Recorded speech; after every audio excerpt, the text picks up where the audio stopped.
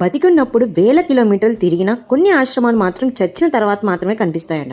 ఇవి భూమిపైన ఉన్నాయా లేక పరలోకంలోనా? ఆశ్చర్యం ఏంటంటే పురాణాలు మాత్రమే కాదు, యోగుల అనుభవాలు కూడా ఇదే చెప్తున్నాయి. పురాణాలు చెప్తున్నాయి కొన్ని మహాయోగులు సిద్ధులు తమ ఆశ్రమాలను భౌతిక ప్రపంచంలో కాకుండా సూక్ష్మలోకంలో నిర్మించారని చెప్తున్నారు.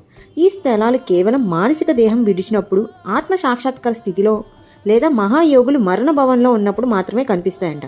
ఇదే కారణంగా మనం ఎంత వెతికినా ఇవి మ్యాప్స్లోను గూగుల్లోను అడవుల్లో కనిపించవు. అనేక యోగుల వాంగ్మూలాలు ఒకే విషయం, తమ శరీరం విడిచే సమయంలో ఒక ప్రకాశవంతమైన అరణ్యం, అక్కడ యోగులు ధ్యానం చేస్తూ కనిపించడం. ఈ స్థలాలను సిద్ధిలోకాలు అంటారు. సిద్ధి పురుషుల ధ్యాన క్షేత్రం మనుషుల కళ్ళకు పూర్తిగా అదృశ్యంగా ఉంటాయి. అత్యంత పవిత్ర శక్తి ఉన్న ప్రదేశాలు. అరుణాచలం చుట్టూ ఉన్న గురువుల కథల్లో ఒక ఆశ్చర్య కథ ఉంది. ప్రాణం విడిచే సమయంలో ఒక యోగి పర్వతం లోపల ఉన్న అచోగర గుహ ఆశ్రమం చూస్తాడంట. అక్కడ 18 సిద్ధులు ధ్యానంలో కూర్చొని ఉన్నారంట. మళ్ళీ కళ్ళు తెరిచేసరికి ఆశ్రమం అదృశ్యమైపోయింది.